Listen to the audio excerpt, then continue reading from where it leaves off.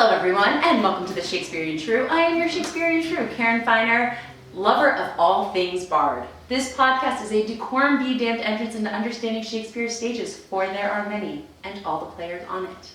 I am at the Mermaid Tavern in OSB, talking with Danyelle Kuss, marriage and family therapist, and Jane Austen fan. Thank you so much for coming. You're welcome. So I'm very excited because we have lots of things to talk about.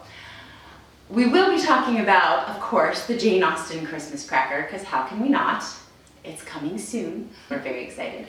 But I also wanted to talk more generally about men and women and relationships. Yeah, that's a lot. That's a lot. We haven't definitely figured it out. So they always come up with those sayings like, men are from Mars, women are from Venus, we think differently, is it true that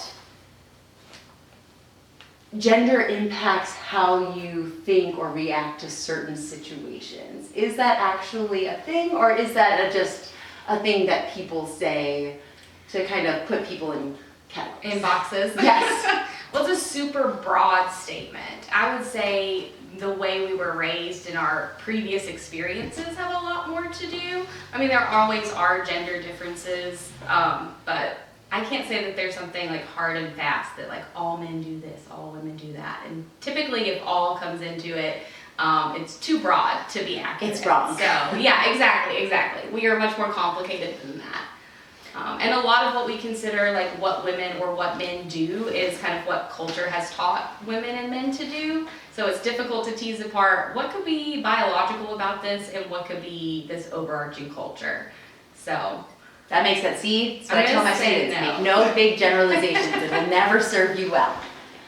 So when we're talking about avoiding the generalizations, are there any things that you think are key to a successful relationship? Maybe not all, but certain things that you think contribute to a relationship being successful. Absolutely. I think having a mutual respect is the basis of a good relationship, because it doesn't matter how good you are at communicating or, how thoughtful you may or may not be. If you don't respect one another, that eventually is going to fall apart.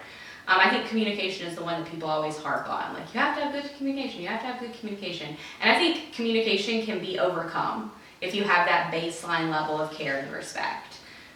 That's where you've got to start. So I think that's a great segue into talking about Jane Austen, because with Jane Austen, we're talking 19th century culture and gender, categories and very rigid.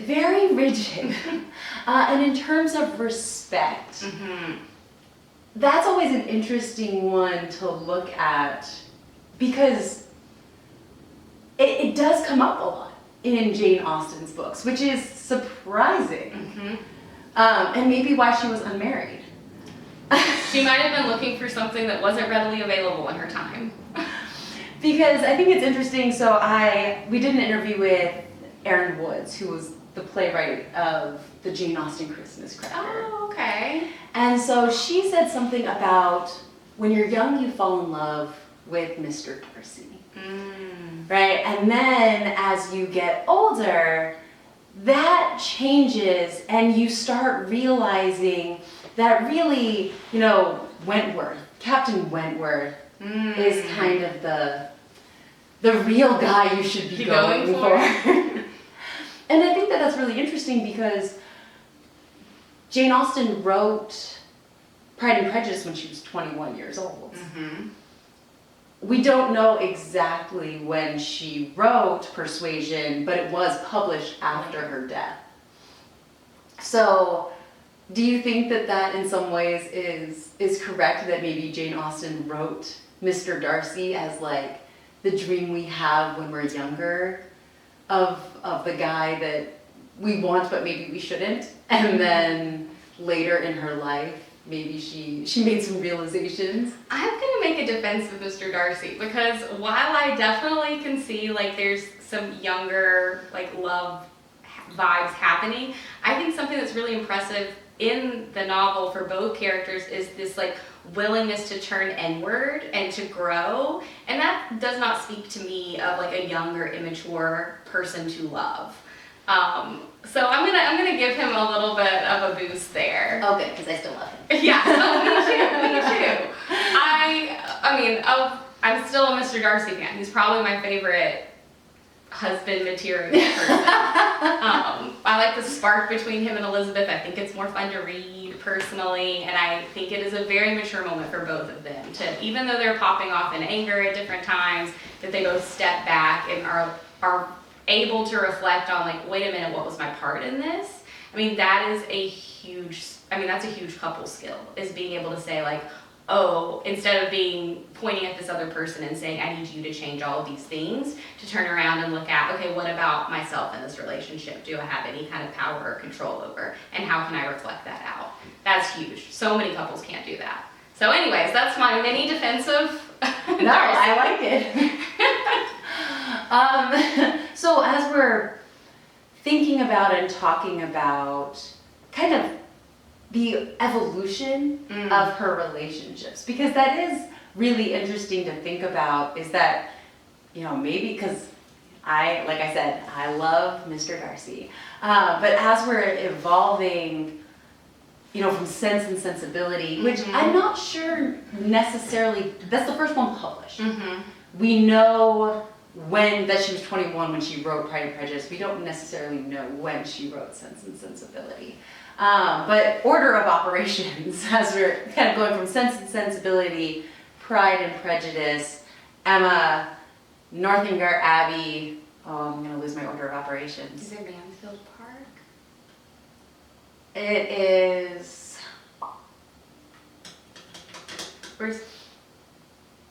We end with... Mansfield Park. You are correct. It was Mansfield Park, then Emma. Sorry, order of operations, and then Northanger Abbey, and then Persuasion.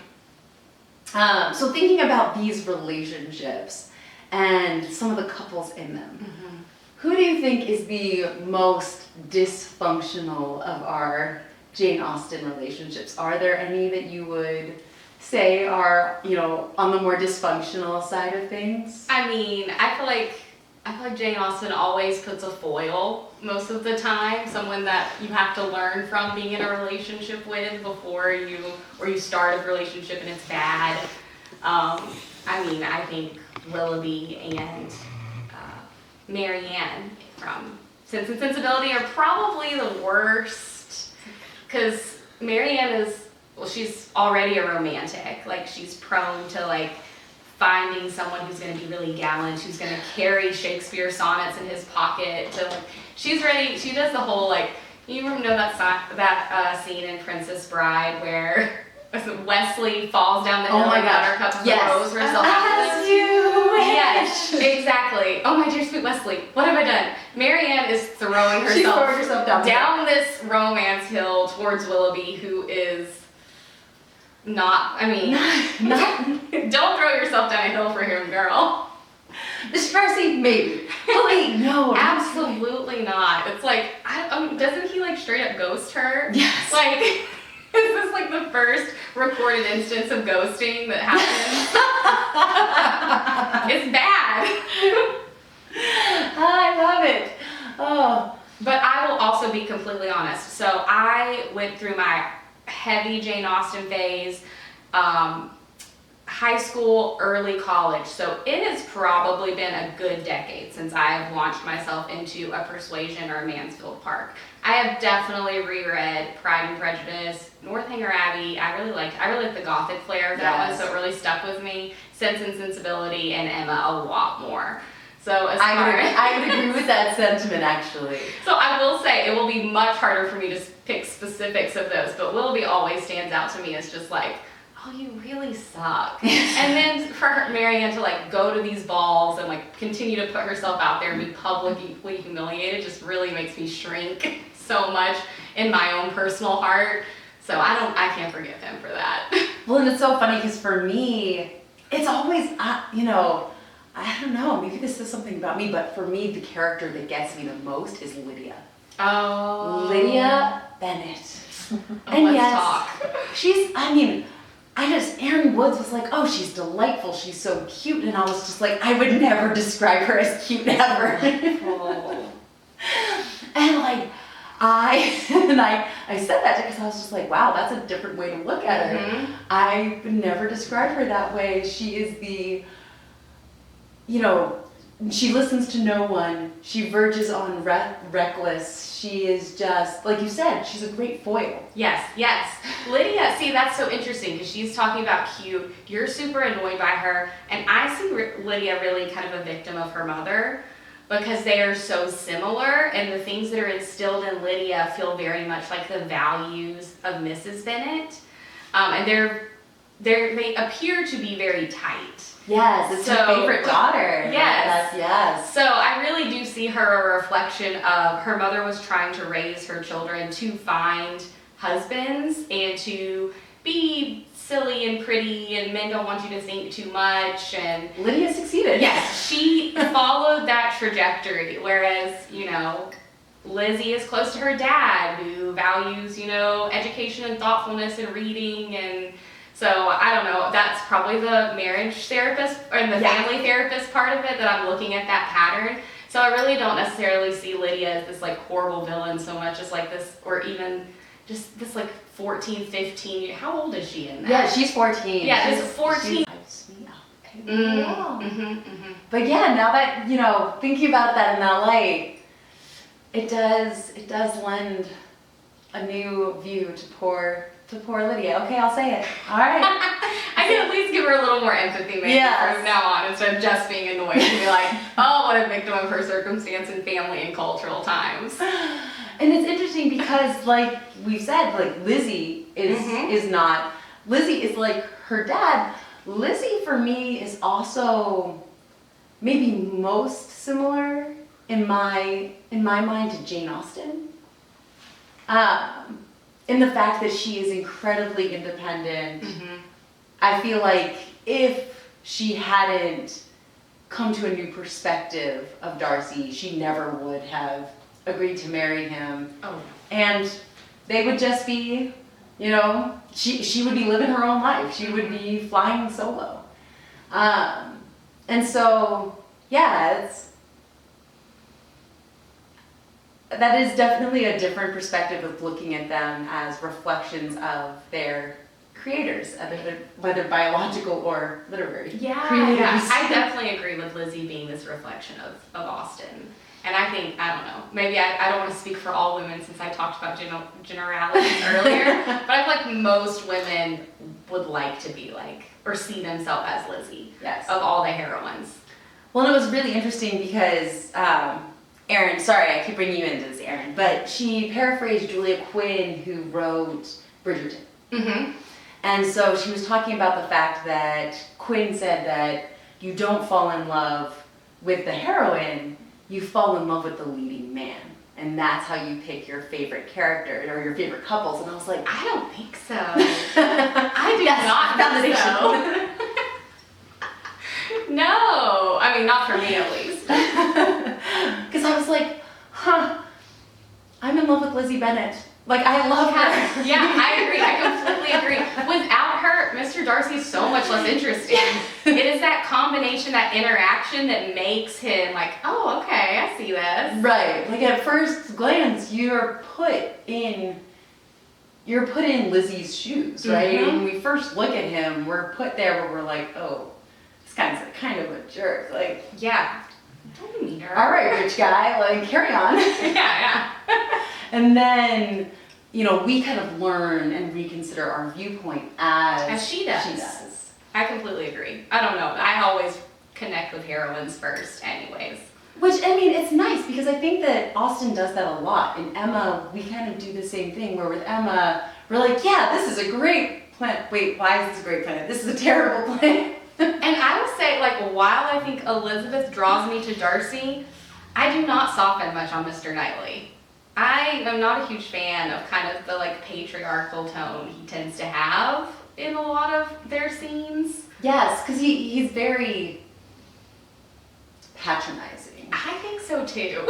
I don't want to, like, just write him off, but he's not my favorite. It's not someone that I'm But I would agree with you though. He's, you know, it's I guess it makes me a little, their relationship sometimes makes me a little uncomfortable because like you said, those are ones that I read more often. And sometimes you read them and you're like, he's kind of like the older brother, which makes everything that follows kind of gross. Which I feel like if we're gonna slide on over to a modern adaptation, when you watch Clueless, I love Paul Rudd, but even towards the end, I'm like, her stepbrother. I mean, it's not like the worst, Right. but I don't think it even plays super well when you try to modernize it. I agree. It's a little creepy. Yeah, it's one of those more uncomfortable relationships. There's already like an inherent power imbalance between men and women in these stories. And Emma's power gets raised because of her affluence, right? But he still holds this, not only am I affluent and a man, and I'm older than you. So it continues to tilt that power imbalance for me, which just makes it a little bit more uncomfortable than some of the other ones. Whereas Lizzie might not have the power of station, but she's definitely going to come back at you. Yes. She's got that wit. Yes. She's got that sharpness. She will rip you apart with her rhetoric. They feel the power in that relationship feels more balanced to me in general than like the one with Emma and Knightley. I agree. I think it's interesting because so let's say we took Emma and we took Darcy, right, and put them in a room. Let's say we put Lizzie and Wentworth, who's another character who's much more down to earth and kind of somebody who's willing to work for what they want or what they believe in, and put them off in a room. Would it work? Or is it more like the need for it's the interaction. And I believe that, I mean, if we want to even connect that back to like couples therapy, when I work with a couple, which has been a hot second, I do education mostly now, but when I would work with couples, you really pay attention to the interaction between the two of them, and then it creates something new. And that's what you work on, are those interactions, not necessarily the individual people. The individual people might have things that they need to address, but it's really how they're dancing together. And that's how I view relationships, is really that dance that you're doing together. And I don't think like Darcy and Emma would dance well together. I don't think he would even ask her to dance, honestly. I think that's a great turn of phrase. I love that you even mentioned the dancing aspect, because dancing plays such a big part in those books because it allows for intimacy and connection in a time where there really wasn't a lot of opportunity for that. Yeah. What kind of cues for you would show like a good relationship, or what kind of cues have you seen where you're like, oh, we might have issues, like we might have things to work on? Are there any things that you can pick out? I will tell you one of my favorite things to do is to ask couples how they met. Like established couples, either new or old, asking them what was their meeting story. Like what did you first notice about them? There's actually legitimate research behind the way a couple tells their story will show up in how long they tend to stay together. So couples who have this like, you know, rosy, kind of optimistic, oh, I noticed this about her, he was so funny, like they tend to stay together longer than if someone tells their getting together story in a dismissive or, you know, kind of offhanded or sometimes even critical way. That actually has research implications of like, oh, well, that couple is more likely to break up. So the narrative is important. Yes. So what you're telling me is that the narrative is very important. The story of our relationship is how we view our relationship. Because, I mean, I can't give you a scientific explanation for this, but I personally, we understand the world through story, through a narrative. That's why we're always the center of our own story, because we're the center of our life. And I kind of think through my life that way. Relationships are like that. The story of your relationship matters. How you tell it matters. Because it reflects how you feel about it. So I love asking people how they met. That's like one of the things, like right off the bat, where I'm like, oh, okay. Or I'm like, oh, no. Oh man, that's interesting. So then, now I just want to go back in time and like ask questions of literary figures. Yes. And be like, okay, explain to me how you and Darcy met. Yes, I would love, like, 20 years after they're together to be like, how did you guys meet? And see the, like, flavor of that story. See what it tells us about their future. Yes. Although at that point, divorce wasn't really an option. True. Very true. I assume you could get more and more estranged and just ignore That's each true. other. Just live in different rooms like I'm very sure Mr. That and house. Mrs. Bennett did. Yeah, he did not seem, I don't think he would have told the story of them meeting, like, very favorably. Even when he talks about her. She would have, though. I think she would have been very effusive about how she met him. Oh, that's interesting. Because that's kind of her personality. Yeah. But no, he's dismissive of her just in regular conversation. Yes. So it's one of those things that is interesting about Mr. Bennett, because as much as I do enjoy him as a character, but as a husband, you're kind of like, No. are you playing a role in this situation? Are you making this worse? Because I feel like He's you might so be. absent in Right. a lot of ways, and pretty judgmental when he is present. And he's a good father to some of his kids, and a not present father to some of his children, and definitely completely checked out of his marriage. Right. So while he and Lizzie are on good terms, which I think is awesome, I wouldn't necessarily look to him. A lot of the story that you tell about your relationship with someone else on the stage, it's very much, okay, here are the lines I get to say, and then the rest of it has to be told through looks, through your body language, through touch, those kinds of elements. So what of those elements do you think really showcases to an audience, or, you know, that kind of connection? Mm-hmm. Are there certain things that people should be on the lookout for as they look for the good relationship indications, or some of the bad ones? Well, I mean, in general, in regular life, those things of like turning your body towards someone, being attentive, making good eye contact, like all that stuff that you think of when someone's like into the conversation that you're having. I think playing something that's like Regency era, when touch is so taboo, means anytime that there is touch, that it's very meaningful, and that the audience knows that, so you get to play up some of those things. Whereas now, if you brush someone's arm, that's probably a good indication, but also we're a lot more comfortable with touch, so it could also just be that they're a touchy person. You know, so there are some things that in just general attraction that we're going to do, but our personalities play a lot into that these days, I feel like, because touch is much more casual. Right.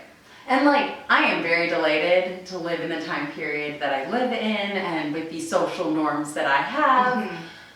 But that whole touch part, oh man, like those moments where, you know, you touch hands in a dance and it means everything. Mm-hmm. Or, you know, you watch some of the old Pride and Prejudices and he hands her up into the carriage, and you're like, I mean, that's why everybody freaks out over that hand clench, right? Yeah. In the McFadden version, it's like, oh man, that meant something to him, because like, yes, that reflex. Yeah, we're a lot more casual with touch nowadays, which isn't necessarily a bad thing. I prefer to not have to think so much about it. But yeah. But yeah, no, those moments though. He thought he was going to be a terrible Mr. Darcy. I know, I think that's interesting when you listen to him. Controversial opinion, I prefer the Keira Knightley Pride and Prejudice to the like super long miniseries that everybody else will crucify me for. But I'm an equal opportunist when it I'm comes. sure. I will watch them all and love them all because they're different. They are so different. So with the Keira Knightley one, I think that I love the music on that one. I think the characters are great in terms of how they create depth in a lot of the characters. They took out a lot. Oh, and yeah, so for sure. that's you gotta do that sometimes. You do, I guess, okay, I'll get off this. You can feel free to cut this out if you need to. Personally, I get a teensy bit annoyed when like books are made into movies and everyone's like, just do it exactly the way it is. That's what we want. And I'm like, these are two very different like media, and adaptations exist for a reason, and we just want to do that well while keeping the like energy, spirits, themes alive, the characterizations correct. which I don't know. That's just my personal opinion, where I get a little bit salty on it. There are good adaptations. It doesn't have to be like line for line. No, I absolutely agree. I mean, we have people who are like, well, why don't they just have every character in the Jane Austen Christmas Cracker? And I'm like, do you know how many characters that would be and how confusing that story Also, is? if you listen to a book on audiobook format, which is someone just like reading it to you, those are at minimum 8 hours. We can't make an 8-hour movie. I guess we can make an 8-hour miniseries. That's the closest you're gonna get. Yes, and I think that's the difference, right? Yes, It's like the time. exactly, and the medium allows you to make different choices, which is why I like both, because I'm like, okay, if I have lots of time to give, this is what I'm watching. If I just want something to make me feel better because I'm not feeling well, this is what I'm watching. Yes, exactly. It's nice that they both exist. So many things that I love only have one option or two options: reading it or watching a shorter version maybe of it. But Yeah. Pride and Prejudice has a nice range of options. Well, that's so interesting because it's one of my traditions, which I didn't really realize when I read Pride and Prejudice, but I read it around the holidays almost every year. And I didn't really realize that. I thought it was when I was sick. And then I was like, well, that was true at this point. But the next time it was just because like I was cold and I wanted to like feel better and cuddle under blankets and so that's my holiday tradition, is reading Pride and Prejudice. I love that. And it's interesting because Christmas only shows up in one of Jane Austen's books. We have holidays and like the winter time, but we don't have Christmas really in any of her books, excluding, is it Emma? I was going to say, you're going to have to tell me because I have not placing a finger on where specifically Christmas might I be. think it's Emma. I think Emma's the Okay. only one that has anything that's like an actual Christmas event, like a Christmas party. Oh, yes, that makes sense. Yes, it's coming. I feel the Christmas memory. But we tend to like to connect Jane Austen to Christmas. And of course Dickens, but you know, that's a different story in a different episode. Maybe we just think England is cold all the time. We're like, oh, okay, winter. We need British accents. yeah, that'll warm us up. Maybe that's what it is. Oh, now we've got it. It's just the fact that when I'm reading Pride and Prejudice, it's with a British accent in my head, and so it makes me feel better. Warm and comfy. Cozy. Oh, so everybody has their person or people, depending on the kind of relationship it might be. Some people have, platonic relationships and less romantic relationships. But I feel like I've heard some people argue that some people just don't need other people. And I was like, well, I understand that romantically. Like, I can totally understand. Not caring about a romantic relationship. Right. I can't actually get my mind around the fact that there are people who don't need. Okay, I'm going to argue against this immediately. Okay. And I don't want to discount anyone's experience. So if you're listening to this and you're like, no, I'm that kind of person, like, you are Right, your tell own us about person. it. Yes, please come tell us about it. Also, maybe go talk to a therapist about it and see what might come up for you during that process of exploring it. Because my understanding of like the biology of humans is that we do not hatch out of eggs and stumble off to live alone and take care of ourselves. That we really are built to have interaction.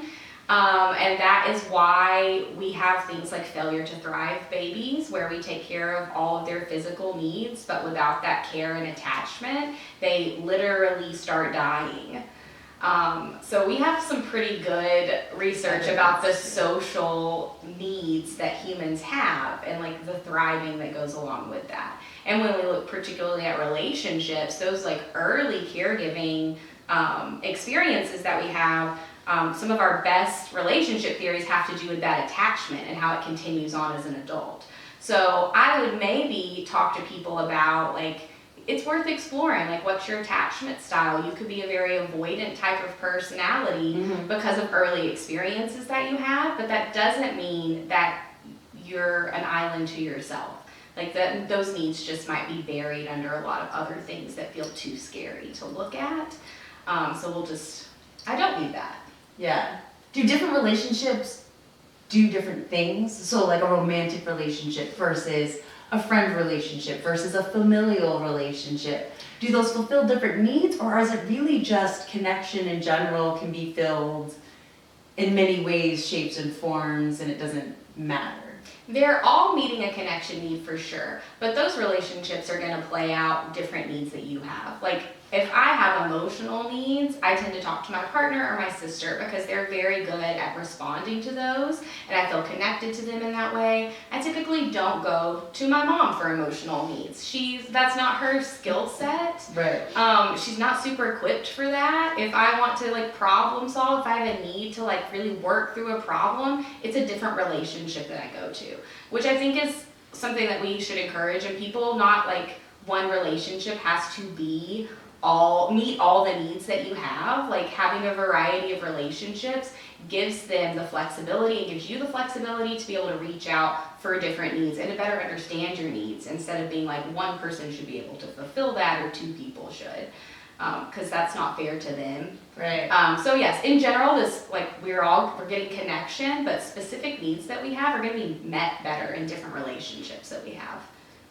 Do guys and women connect differently in certain kinds of relationships? So like, you know, I know that my relationship with my brew shrew, you know, we are incredibly connected, tell each other pretty much anything. Sorry guys.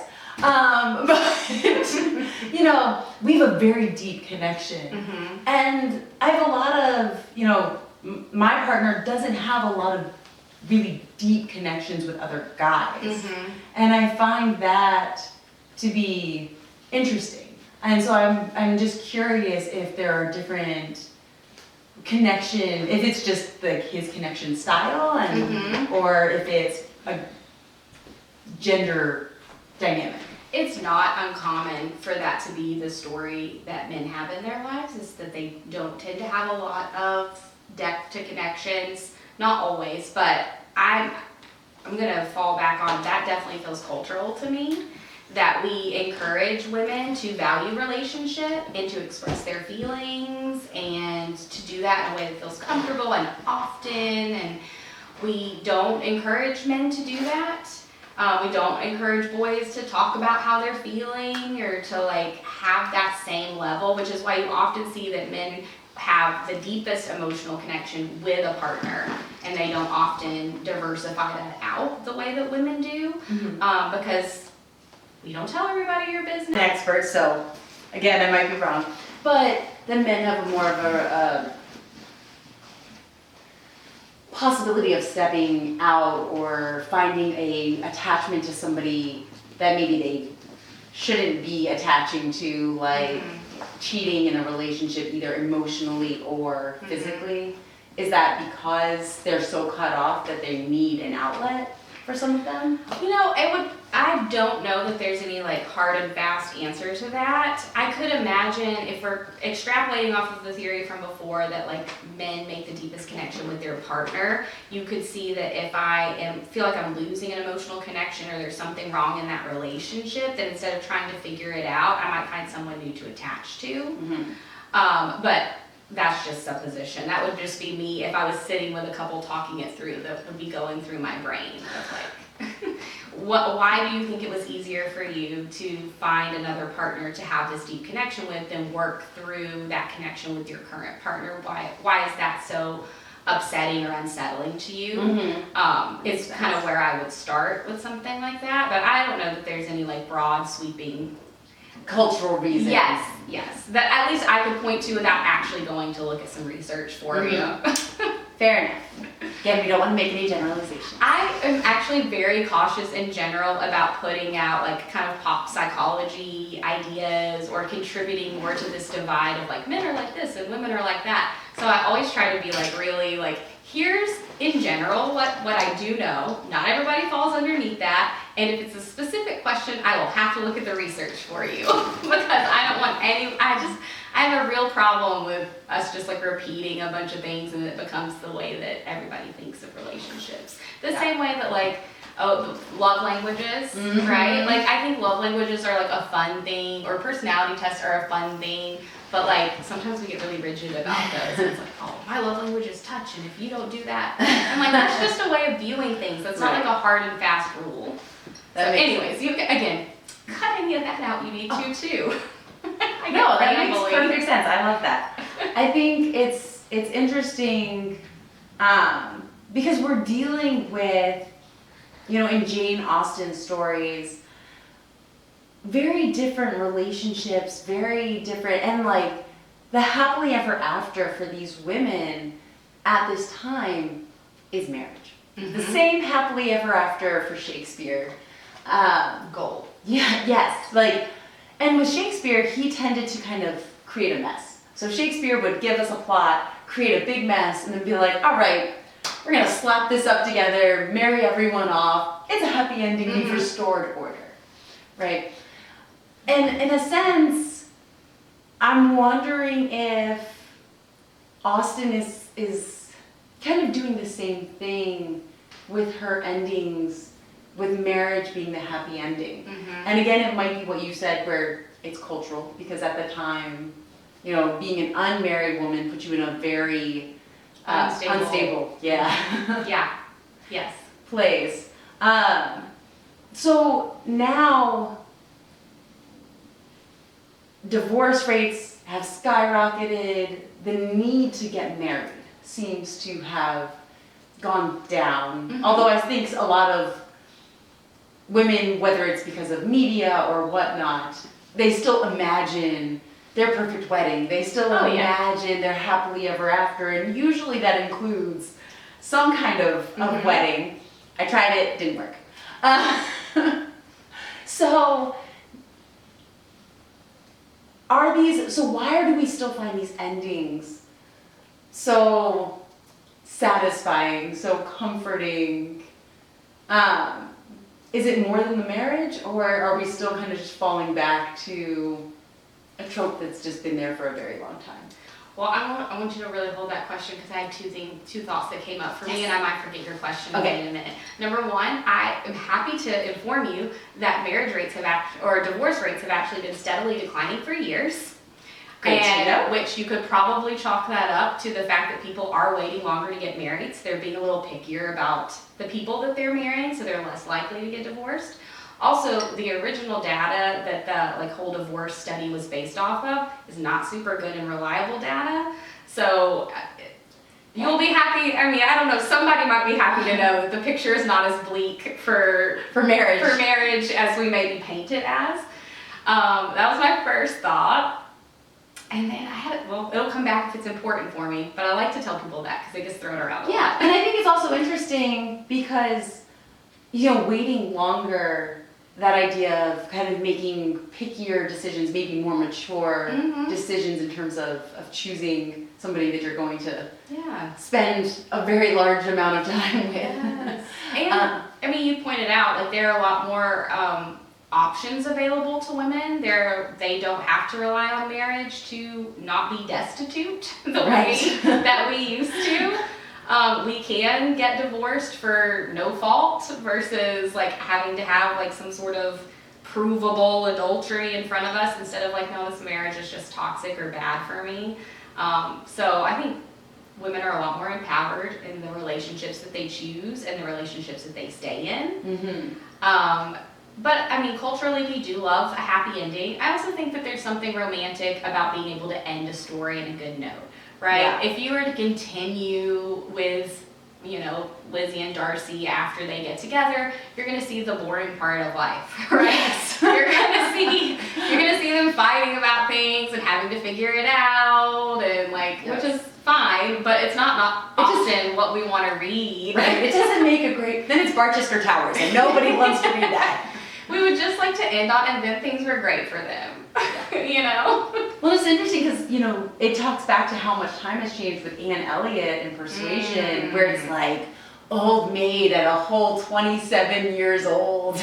Oh my gosh, yes. How old am I now? 35, and I went to a wedding for a friend recently, and I was like, I didn't think I'd still be going to weddings at 35, because I think that we have kind of been sold that, like, oh, young people get married. I'm like, no, like.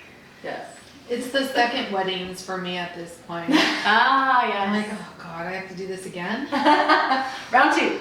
Yeah, repeat. I really thought, I was done with that, like, rotation, but you guess you don't have that predictability anymore, which is fine. I also think that it's perfectly legitimate to be in relationships that don't end in marriage, which happens all of the time now. Yes. Which was definitely not.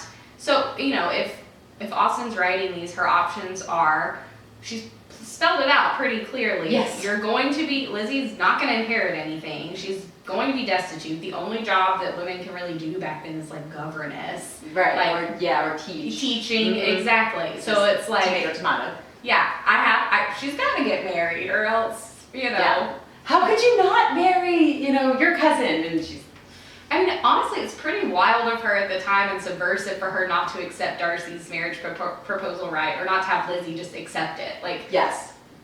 To be like, no, thank you. Yeah, I always wonder, because that's a huge deal. When you think about how much money he had and the financial stability for her family. And, for her to say, you're an ass, absolutely not. I mean, kudos. Yeah. I also wonder if there's a little bit of, I don't know, you'll know more about this than I do, because I have never looked at, like, when Jane Austen wrote these, when she published them, was she dead when they were published, or anything like that. But I wonder if it gives Little Women vibes, where it's like, she's got to be married at the end, or we won't buy your book. I mean, and that's a really good question. But it was interesting because, with her, most of her books were published, only 2 of them were published after she died. Most of them were published before. I don't know what the pressure was on her at the time to fill those expectations. But I feel like she kind of pushes back against the norm in what are considered like microaggressions. Microfeminism. Yes, that's the word, right? I love microfeminism, like putting the woman on the email first when I write it, like. I love it. Yes.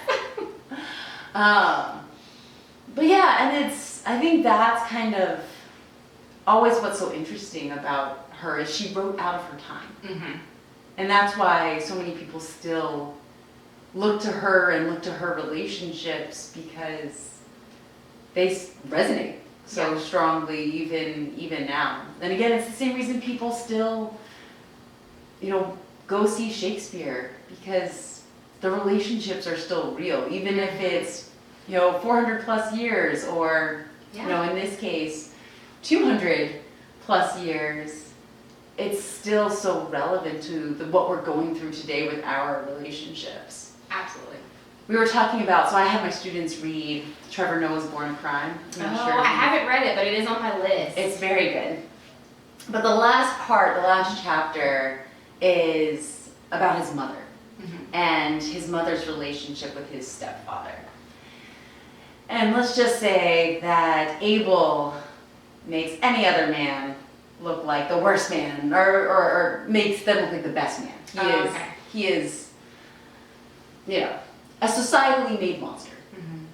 And so, but my students asked a really interesting question yesterday, and they asked, would you do anything for the person you love? And, some of the class said yes, and some of the class said no. And they said, is that a good thing or a bad thing? Right? If you said yes, is that a good thing or a bad thing that you would do anything for a person? What does that mean about yourself and your value? If you said no, again, and I was like, that's such a great question. Those are the things that are like worth digging into, because it does reveal parts of yourself that you're like, oh, do I like that part? Is it a part that I might want to work on or change, or like letting ourselves go to the like, well, why is something to kind of almost consider as, if not a red flag, a yellow flag? I mean, as a therapist, I'm always interested in the why, so that is what I would follow. But it would raise my eyebrows. Like, it wouldn't be something I would, if that came up in a session, I wouldn't just like keep on going. Like, okay, we're gonna drill down on this and see what might be sitting underneath it. You know, because there's something there, you know, and it's either going to be something that's like, oh, I have this like really altruistic view of humanity, or there could be pieces there of like, I don't consider myself as important as other people, or I wish this person that failed me in my life would have done this for me. There's so much sitting underneath that, but it definitely would raise my eyebrows, and I would want to follow that thread, because you could learn something about who you are by following it. And you can also learn, then once we know something about ourselves, we can decide, what am I going to do with it? Yeah. Right? Do I like it? Is it serving me, or is it something that might be harming me in a way that I haven't ever considered? Because when we don't know things about ourselves, we're just responding and reacting, and we think that's just how we are, you know? But the process of therapy that I really like is the more I understand who I am, the more I get to decide who I am. Mm-hmm. And I get to decide like what choices, or what like, oh, that's a belief that somebody else gave to me, you know? Oh, Right. My mom gave me that, and I don't have to carry it if it doesn't serve me. That's not true about myself, or, you know, so. That's Yeah. always such an interesting thing, because, yes, my therapist does say similar things to me, but I struggle with the enacting of it. Sure. Right? It's such an easy thing to like think about. I'm Mhm. not great at thinking about it, but Yeah, then I'm like, yeah. all right. Letting it transform into action is much harder, 100%, because how long have you been doing that thing? Oh gosh, forever. Yeah, exactly. And so you just learned about it and are now thinking about how I will do it differently. So the idea that we're going to then be able to make this like radical change overnight and it be consistent forever is one of those unrealistic expectations that we really have to let go of. Most of the Which time I is just hard watch for it me. happen and I'm like, dang it. There it is. There it is. Hey, but you never would have noticed it before. Although sometimes I'm like, man, sometimes I wish I could stop noticing this. Dang it. But yeah, that would definitely be, I would call it a red flag for me, just because I'd want to flag it and look at it again. It's not necessarily, it wouldn't be a green flag. Yeah. It wouldn't be a green flag that I was like, oh, let's really drill down on why this is so great for you. It would definitely be something that I was curious about, and I'm like, oh, I don't know about this. And I also wonder how much of it is the story of it, right? Like the romantic notion of I would do anything for somebody else versus the reality of what you would actually do for somebody else. Yeah, I used to have people all the time who would be like, I would take a bullet for my kids. And I'm like, cool, could you just let your kids like express their feelings to you then? You know what I mean? Like, they don't need you to take a bullet for them. They need you to learn how to manage your own anger so that when they do something wrong, you don't yell at them. Like, Yes. So I think, yes, the reality of what I actually am willing to do for someone, like that's a very romanticized version of like, oh, I love my kids so much, I would be willing to die for them. But would you be willing to change? Would you be willing to live for someone? What are you actually willing to do? Because that's what you're doing today. You know what I mean? Because it reminded me of like the Princess Buttercup Wesley, like For sure. where you're just like, oh, okay, like, is it a story you've written, or is it a reality that you're enacting? Yeah. Right. And what I always want to ask people, well, what does that actually mean for you? You know, what's the biggest thing that you have done for someone? Like, really breaking that down, because again, that's super broad. Yes. I doubt you would do anything. Like, we could probably come up with some stuff you wouldn't do if we really sat down to it. But I might have stepped in front of a car for one of my dogs, but Okay, wait, I actually have a question. The Brew Shrew, this is the Brew Shrew. Bruce has a question. Do you feel, or is there anything to back this up, that like people who like to read a lot, go to plays, watch movies, that they have this like what a relationship should be like based on plays, movies, and then when their relationship isn't like that, it causes issues? Like the ideal of it versus Yeah, the reality of the it. Disney And princess. it could even be like the Disney princess. It depends what you're reading. Yeah. If you're reading something where like, you know, up against the wall or something, and you're like, If it's not happening, oh, then there's we're not something gonna wrong do that. with my relationship. Why aren't we having sex 26 times a week? Oh my word. lost it already. I don't know of any like hard and fast like research that would answer that.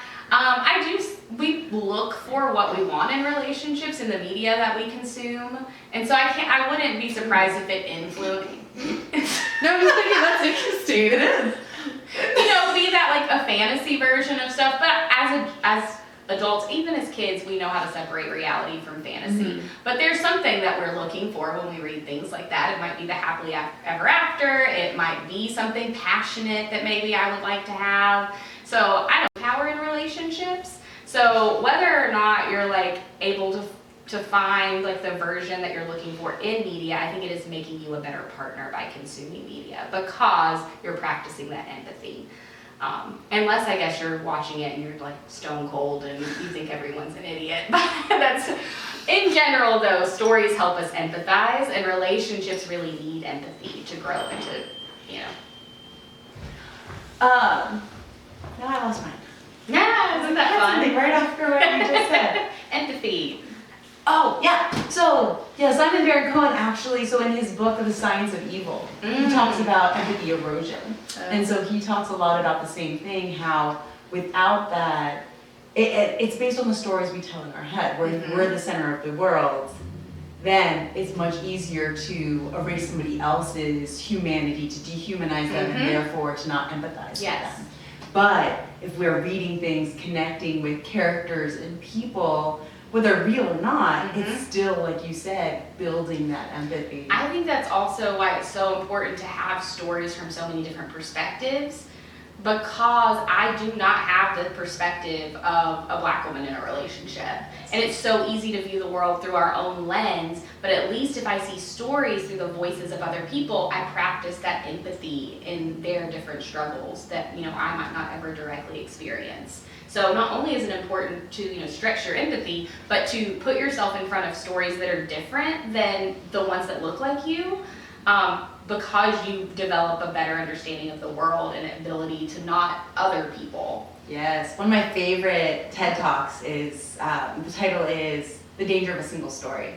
And it's by an author, and I refuse to butcher her name, but it's an amazing TED Talk because it's all about that. It's all about the fact that kind of growing up in South Africa, her whole world was kind of wonky because she tried to tell stories about, what's the weather going to be like? Is it going to rain today? Because what she was reading was either American-based or British-based, and so, looking outside her window, no, it was not going to rain today, but like her view of the world was constructed over what was available to her. And if stories aren't made available to people that allow them to even see their own cultures, then our stories become, even our own stories become one-dimensional in a sense. And so I think that that's definitely something interesting as we think about the importance of seeing other stories and other relationships and maybe not judging. I think that might be, in relation to the question you asked, one of the bigger issues than expecting your relationship to be somebody else's, but measuring your relationship against a fictional relationship, or even maybe a real one. Yeah, your love story is never going to look like somebody else's because we're all individual people, and also not fictional characters. But yeah. And therefore, what they did in chapter 6 is not going to necessarily work. But I think too, just scaling it back a little bit, talking about like Jane Austen was writing women who were not accepting marriage proposals and were, arguing back about things and doing things differently at a time where reading that was pretty revolutionary and changing some perspectives, where here's someone who is like me, perhaps, but she's making these choices that would be very different from maybe what I would make. So I think that's... And that's a lot of, we've talked a lot about Lizzie Bennet because I think it's established that we both really like Elizabeth Bennet. But... I also really like the Dashwood sisters, but... Yeah, and Emma, even though she has her, moments where you're like, you're planning what and why, what? But she still goes against the grain Yes. in a lot of what she does. A lot of agency. Like, she is definitely propelling everything that's happening, the good and the bad in that story. And like, that's what I think that's what a lot of women love about Jane Austen, is that even though the men are great, the stories don't revolve around the men. The stories, the impetus comes from the women. Absolutely. It's their story. And that's, in that time period, like, holy shit, Jane Austen, good work. Like, it's almost unbelievable. I mean, the fact that she wrote Pride and Prejudice at 21, both makes me, more in awe of her, but also very sad for me. Well, I mean, even today when you look at like movies that are produced, when everyone's like, oh, we have so many like female leads, aren't we doing better? Like, we still haven't hit parity. When you look at like the number of movies that are produced with a female lead or a male lead, like, we're still not hitting even 50% of them. So again, we're not doing it now, and she's like putting women in the middle of the story, their lives. Yeah, and those are the years stories that, so like, have you heard of the Bechdel test? Yes. Yes, so like the Alison Bechdel test, she was a cartoonist who came up with this test about women, and it was like, are there more than 2 women in this scene? Do they talk to each other? Do they talk about something other than a man? Those are the measurements for the Bechdel test. And in, I think it was 2010, only 11 movies out of the top 100 movies had passed the Bechdel test. So I don't know what that would look like today. Anybody who wants to go check, let me know. But I don't know that it's necessarily that much better. I wouldn't think it would be that, honestly. We're not doing great at it. We think that, I mean, we're definitely making strides, but we still have not hit any kind of parity. And that's, I think that's unfortunate. We need to keep working on this. So. Which we appreciate the fact that you're listening to a podcast with 3 women. Yes. So, thank you for doing your part. Look at you, part of the solution. But yeah, so I don't know. I think what you just said is exactly kind of what we're doing, or what we need to do, is keep moving forward, keep showing women's voices and stories, and not just women. There are a lot of other figures and minority groups that are also not getting their stories out into the world. Which is something that we can actionably do if we're not creating art, because I'm not an artist, that's not what I do, but I can read outside of the things I normally would. I can go see movies that maybe like on the surface wouldn't be the first thing that I go see, to help support the fact that like, hey, we want to hear stories from people that are not the same people that are normally telling stories. And we do that by putting our action, our money behind it. My sister, I love her to death, she's 8 years younger than me. If there's ever a female-led movie and she can't actually go see it, she'll buy a ticket and just not go. Like, she's like, it's so small, but it makes me feel that at least I have supported something. She's like, I can't go to that movie, but I did buy a ticket for it. I've never met her, but I love her. I know, right? She's great. I'll do a quick little plug. I have a friend who, a couple of friends, they owned a bookstore sort of called the Band Press, and that's all they do is sell books by indigenous writers, by LGBTQ plus writers, people of color. I mean, it's really great concept. Go visit them online, Band Book Press. So yeah, the Band Book Press is great. And really, as the holiday season, a lot of the little bookstores have a lot of those voices, have a lot of those books wherever you're at, whether you're in Oklahoma City or elsewhere. Those small independent bookstores are the ones who are putting out the small independent voices. So if you're looking for presents to buy, for yourself or others, right? That's a good thing to think about, is whose story have you read lately? And how many other stories can you hear that will give you a new perspective on everything, right? On the world at large, because the world needs more perspectives. So that is your assignment, is to go find a new perspective. I like that. Seconded.